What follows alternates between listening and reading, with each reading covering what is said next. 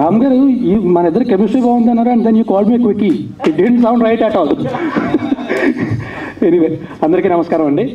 ఇక్కడికి విచ్చేసిన పాత్రికేయ మిత్రులకి, అతిథులకి అందరికీ కూడా థ్యాంక్స్ అలాట్ ఫర్ కమింగ్. ఈ సినిమాకి పనిచేసిన టెక్నీషియన్స్కి, ఆర్టిస్ట్కి అందరికీ కూడా పేరు పేరున థ్యాంక్ యూ వెరీ మచ్. అందరి గురించి కానీ డీటెయిల్డ్గా ప్రీ రిలీజ్ ఈవెంట్లో మాట్లాడతాను, ఇప్పుడు ఎక్కువ టైం తీసుకొని రచ్చరవిలాగా.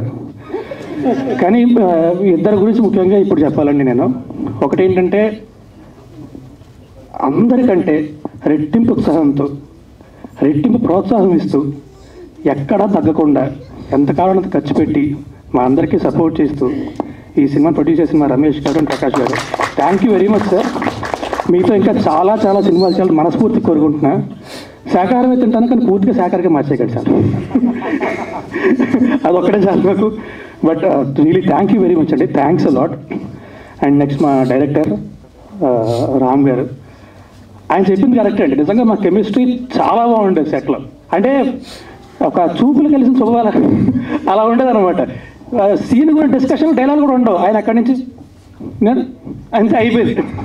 అంటే అంత అండర్స్టాండింగ్ ఉంది ఆయనతో నాకు. అండ్ మీ విజన్కి అందులో నన్ను ఊహించుకున్నందుకు థ్యాంక్ యూ వెరీ మచ్ అండి, థ్యాంక్స్ అలాట్. మీతో కూడా మళ్ళీ మళ్ళీ పంచాలి మనస్ఫూర్తిగా కోరుకుంటున్నా. ఈ సినిమా తర్వాత మీరు పెద్ద డైరెక్టర్ అయిపోయి తర్వాత మళ్ళీ నాకు సినిమాలు చేయకపోతే కష్టం. బట్